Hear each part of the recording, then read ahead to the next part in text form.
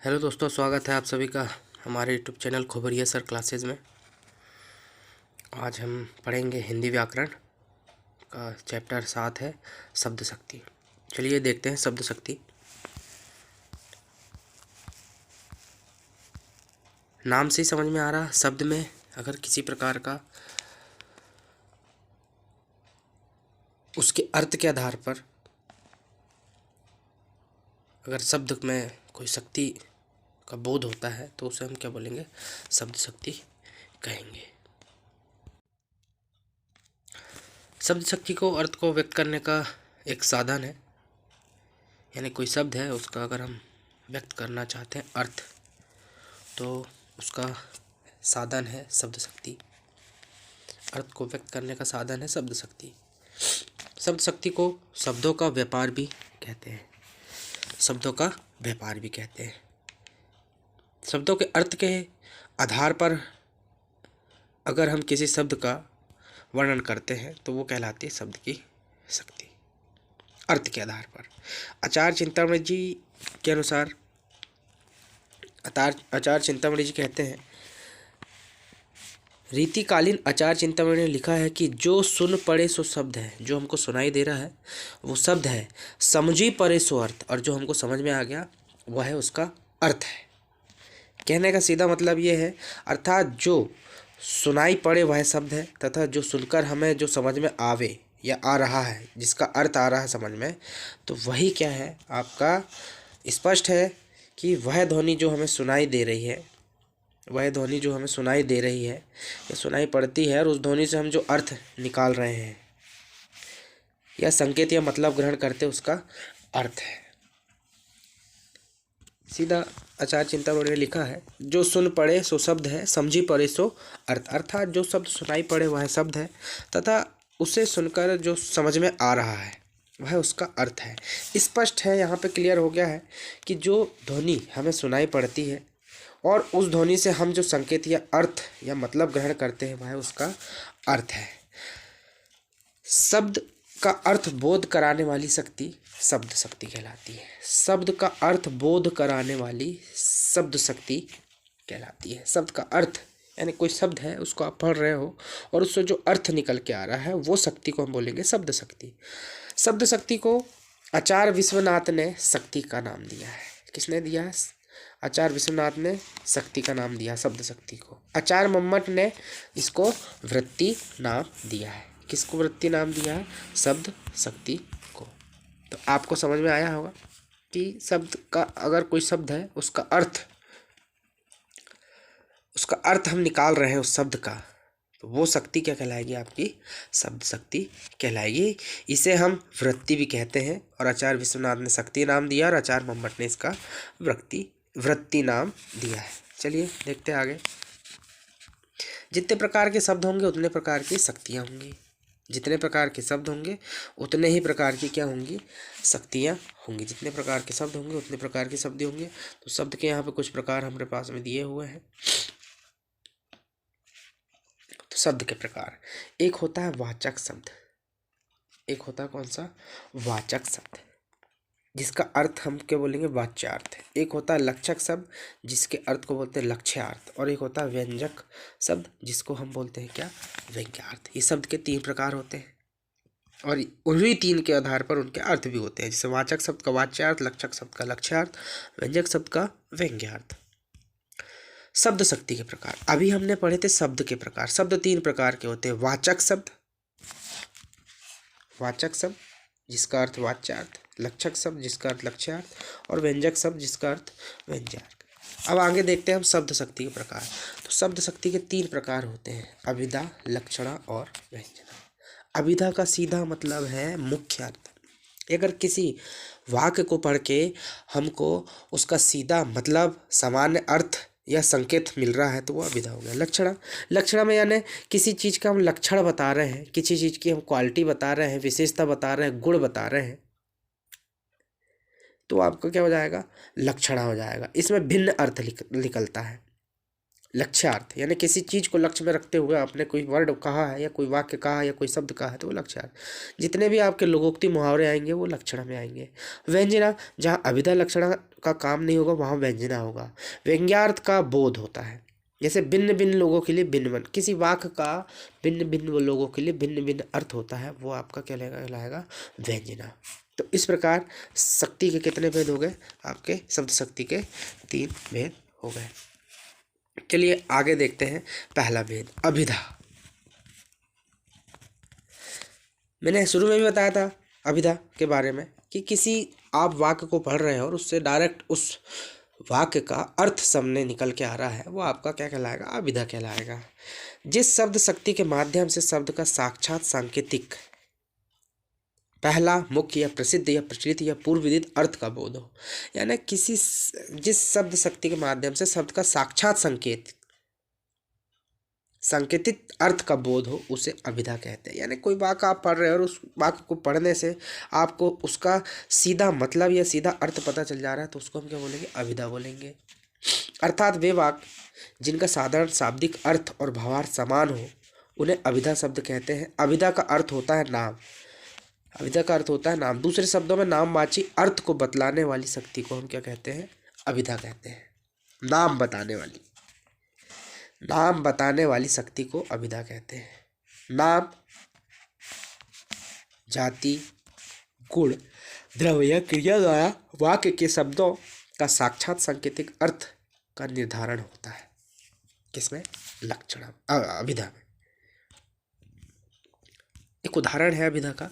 अभिधा का सीधा मतलब है कि कोई सेंटेंस लिखा हुआ है और कोई साधारण सा सेंटेंस है, उसका सीधा हमको मुख्य अर्थ निकल के सामने आ रहा है, सामान्य अर्थ निकल के सामने आ रहा है, साक्षात संकेतित अर्थ निकल के सामने आ रहा है, वो आपका अभिधा कहलाएगा। और अभिधा का मतलब होता है नाम, यानी नामवाची अर्थ बताने वाली शक्ति को अभिधा कहते हैं। जैसे जाति, गुण, द्रव्य, क्रिया, वाक्य के द्वारा वाक्य के शब्दों का साक्षात सांकेतिक अर्थ का निर्धारण होता है अभिधा में। इस एक उदाहरण है अभिधा का, बैल खड़ा है। इस वाक्य को पढ़ते ही सुनते ही हमको इसका सीधा मुख्य अर्थ समझ में जा रहा है कि बैल खड़ा है। इस वाक्य को हमको पढ़ने से सीधा इसका संकेत मिल रहा है कि बैल खड़ा है और वो सम्मुख उसके सामने खड़ा हुआ है, हमको दिख रहा है, जो चीज़ हो रही है हमारे सामने हो रही, वो आपके क्या कह रहेंगे, अब रहा बैल खड़ा है। तो सिंपल है, इसका सीधा सीधा संकेत निकल के आ रहा है कि बैल खड़ा है, कि बैल एक विशेष प्रकार का जीव है, उससे आदमी, किताब, अन्य वस्तु हम तुलना नहीं कर रहे, ना ही समझ रहे। बैल जो है वाचक शब्द है जिसका विशेष अर्थ है जीव। बैल एक प्रकार का जीव है, सिंपल है, और वह खड़ा है, एक प्रकार का विशेष प्रकार का जीव है। ये सीधा मुख्य अर्थ इसका समझ में आ रहा है, तो ये आपका क्या कहलाएगा, अभिधा कहलाएगा। यानी शब्द और अर्थ के बीच किसी प्रकार की बाधा नहीं है, सिंपल सा सीधा दिया है कि बैल खड़ा है, बैल खड़ा है, बैल खड़ा। इस वाक्य को पढ़ने से हमको इसका सीधा शब्द और अर्थ के बीच में किसी प्रकार की बाधा नहीं हो रही, तो उसका सीधा मतलब हमको समझ में आ रहा है, तो ये आपका हो गया क्या, अभिधा। चलिए आगे चलते हैं। अभिधा को शब्द की प्रथम शक्ति भी कहते हैं। शब्द की प्रथम शक्ति को पूछ सकता है क्वेश्चन, शब्द की प्रथम शक्ति को क्या कहा जाता है, तो अभिधा शब्द की प्रथम शक्ति कहते हैं अभिधा को। इसमें आप देखेंगे निराला की वह तोड़ती पत्थर, निराला की एक रचना है वह तोड़ती पत्थर के आरंभ में ये पंक्तियाँ अभिधा के प्रयोग का उदाहरण प्रस्तुत करती है। निराला जी की एक रचना है वह तोड़ती पत्थर, जिसका शीर्षक है, तो हम इसमें देखते हैं, वह तोड़ती पत्थर देखा उसे मैंने इलाहाबाद के पथ पर, यानी ये जो घटना हो रही है सामने हो रही है। वह तोड़ती पत्थर देखा, मैंने सामने से उसको देखा कि वह इलाहाबाद के पथ पर वह पत्थर तोड़ रही थी। उक्त पंक्ति में कवि सीधे सीधे जो अर्थ प्रकट करता है वही अर्थ कविता का है। कवि ने पत्थर तोड़ती हुई स्त्री को इलाहाबाद के पथ पर देखा, सीधा सिंपल सा सामने आपका अर्थ निकल के आ रहा है, तो वो आपका हो गया अभिधा। और अभिधा शक्ति 3 प्रकार के शब्दों का बोध होता है।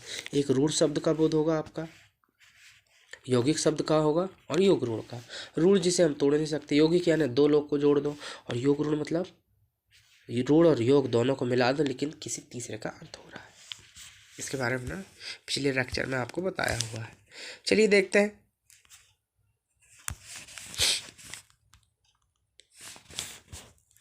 रूढ़ शब्द।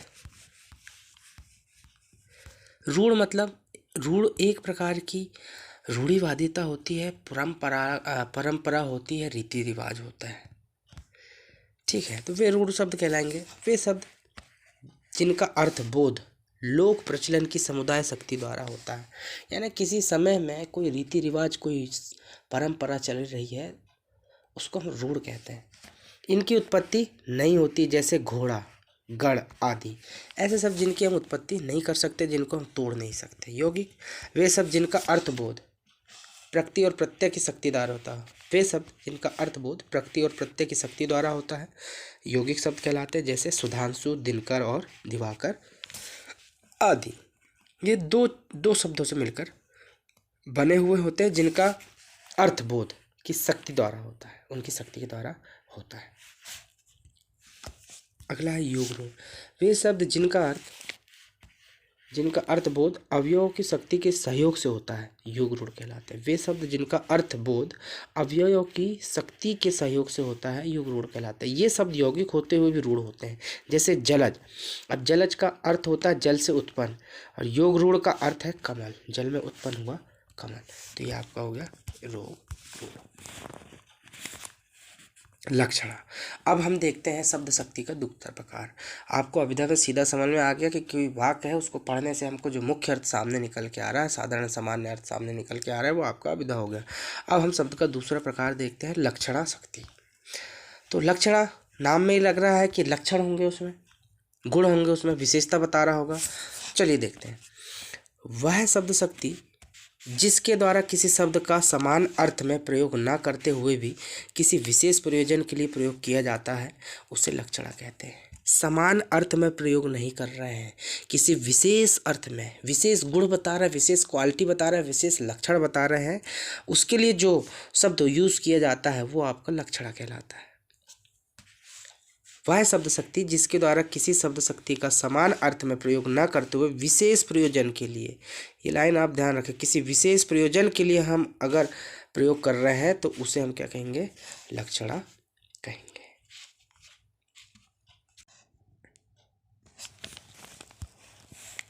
आगे देखते हैं। अर्थात लक्षणा में वाक्य का साधारण अर्थ और भावार्थ भिन्न होता है। उसका साधारण अर्थ और उसका भावार्थ, भाव अलग होते हैं। अर्थ भी अलग होता है, भाव भी अलग होता है। जिस वाक्य का समान अर्थ कोई महत्व रखे अथवा नहीं, लेकिन उस वाक्य का किसी संज्ञा अथवा सर्वनाम की विशेषता प्रकट करने के लिए प्रयुक्त होता है, तो इस प्रकार यह समान शब्दों में यह शब्द शक्ति वहाँ प्रयुक्त होती है जहाँ वाक्य का लक्षण बताया जाता है। का लक्षण बताया जाता है। मुहावरे और लोकोक्तियाँ लक्षणा के उदाहरण हैं। वही बोला ना कि समान अर्थ ना होता है, ना होते हुए विशेष प्रयोजन के लिए अगर कोई शब्द हम यूज़ कर रहे हैं तो वो आपका क्या कहलाएगा, लक्षणा कहलाएगा।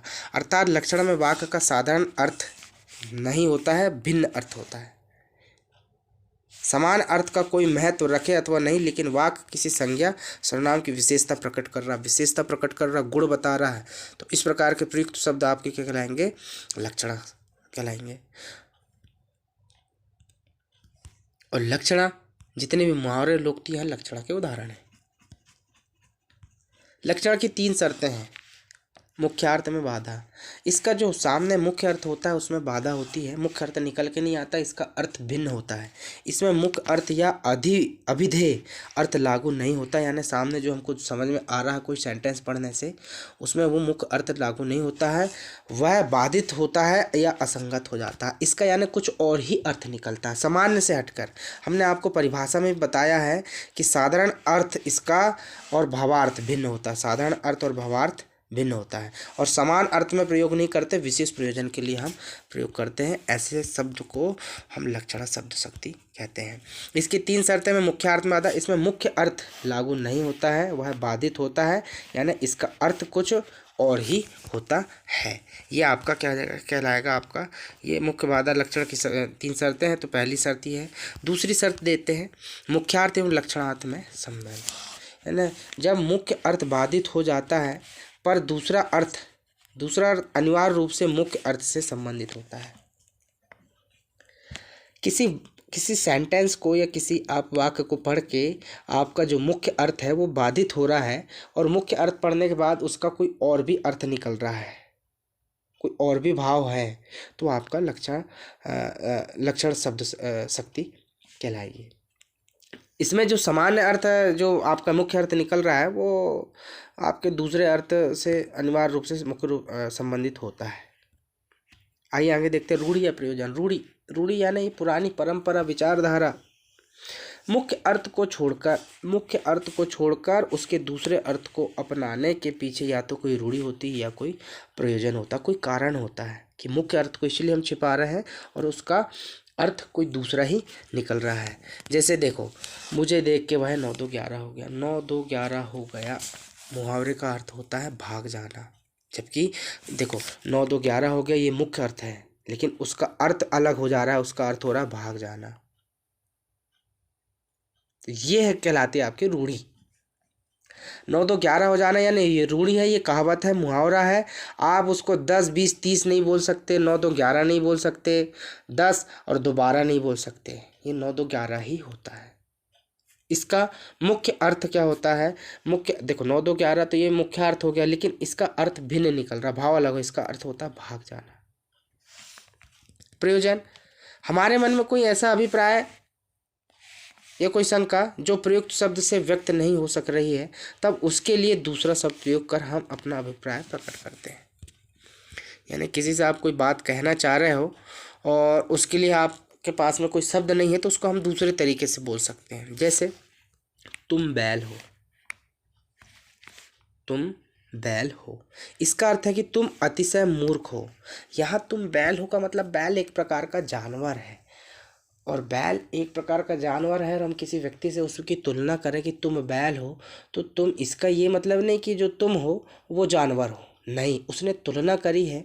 उसका मतलब क्या होता है, यहाँ बैल का अर्थ जो है मूर्खता के लिए प्रयुक्त किया गया है, यही ना। इसका अर्थ है कि तुम अतिशय मूर्ख हो, यहाँ बैल शब्द का प्रयोग मूर्खता की अतिशयता को बताने के प्रयोजन से किया गया है। यानी कोई प्रयोजन या कोई रूढ़िवादिता के कारण से आप कोई शब्द यूज कर रहे हैं, तो वो आपका क्या कहलाएगा, लक्षणा कहलाएगा। अब तीसरा शब्द रूप हम पढ़ते हैं, व्यंजना। तो व्यंजना वह शब्द शक्ति, व्यंजना शब्द शक्ति वहाँ प्रयुक्त होती है जहाँ वाक्य तो साधारण होता है, लेकिन उसका प्रत्येक पाठक या श्रोता के लिए अपना अपना भिन्न भिन्न अर्थ होता है। कई बार वाक्य आपके एक जैसे रहेंगे, लेकिन अलग अलग श्रोता, अलग अलग पाठक के लिए उसका अलग अलग मतलब अर्थ वो निकाल लेते हैं। इससे उत्पन्न भाव को व्यंग्यार्थ कहते हैं। यानी वाक्य तो एक ही है, साधारण वाक्य है, लेकिन उसका अलग अलग अर्थ लोग समझ रहे हैं। व्यंजना, विधन अंजना शब्द का अर्थ है विशेष प्रकार का अंजन। अंजन लगाने से आंखों की ज्योति बढ़ती, आंख में हम अंजन लगाते हैं उससे आंखों की ज्योति बढ़ती, पर विशेष प्रकार के अंजन लगाने से परोक्ष वस्तु भी दिखने लगती है। विशेष प्रकार का आप अगर अंजन लगाओगे तो परोक्ष वस्तु भी दिखने लगती। इसी प्रकार से व्यंजना शब्द शक्ति से अकथित अर्थ स्पष्ट होते हैं। व्यंजना शब्द शक्ति से अकथित यानी सीधा सिंपल इसका मतलब है, सीधा हम व्यंजना के बारे में बात करेंगे। व्यंजना शब्द शक्ति वहाँ प्रयुक्त होती है जहाँ वाक्य तो साधारण होता है, लेकिन उसका प्रत्येक पाठक श्रोता अपना भिन्न भिन्न अर्थ निकालता है। बस इतनी चीज़ें अपने को ध्यान रखना है। इससे उत्पन्न भाव को व्यंग्यार्थ कहते हैं। व्यंजना शब्द का अर्थ विशेष प्रकार का अंजन, जिस प्रकार से अंजन लगाने से आंखों की रोशनी या ज्योति बढ़ती है, उस प्रकार विशेष प्रकार के अंजन लगाने से परोक्ष वस्तु भी दिखने लगती। इसी प्रकार व्यंजना शब्द शक्ति से अकथित अर्थ स्पष्ट होते, जो अर्थ हम नहीं कह रहे हैं वो भी अर्थ स्पष्ट होते हैं। जब अभिधा और लक्षणा अर्थ व्यक्त करने में असमर्थ हो जाते हैं, तब व्यंजना शक्ति काव्य में छिपे हुए व्यंग्यार्थ का बोध कराती है, और व्यंग्यार्थ को ध्वन्यार्थ, सूच्यार्थ, अपेक्षार्थ और प्रतीयमानार्थ आदि नाम से भी जाना जाता है। आइए कुछ उदाहरण देखते हैं हम व्यंजना के। हम कुछ उदाहरण देखते हैं। प्रसिद्ध उदाहरण है व्यंजना का सूर्य अस्त हो गया। इस वाक्य को, ये एक साधारण सा वाक्य है, इस वाक्य को सुनते ही आपको इसका समान अर्थ सामने आ रहा है, लेकिन ये वाक्य जो है अलग अलग व्यक्ति जो है अलग अलग इसका अर्थ ग्रहण करता है। इस वाक्य को सुनने के उपरांत प्रत्येक व्यक्ति इससे भिन्न भिन्न अर्थ ग्रहण करता है। प्रसंग विशेष के अनुसार इस वाक्य का अनर्थ व्यंजनार्थ हो सकते हैं या अनेक अर्थ हो सकते हैं। जैसे सूर्य अस्त हो गया वाक्य है।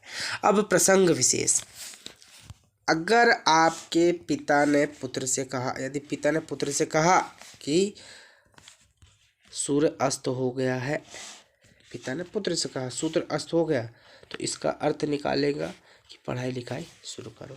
सास ने अगर बहू से कहा कि सूर्य अस्त हो गया है, तो इसका मतलब हो गया चूल्हा चौका आरंभ करो। किसान ने अगर किसान के हलवाई से कहने पर किसान हलवाहा जो है अर्थ निकालता है हल चलाना बंद करो। पशुपालक चरवाहे से अगर कहता है कि सूर्य अस्त हो गया, इसका मतलब पशुओं को घर ले चलो।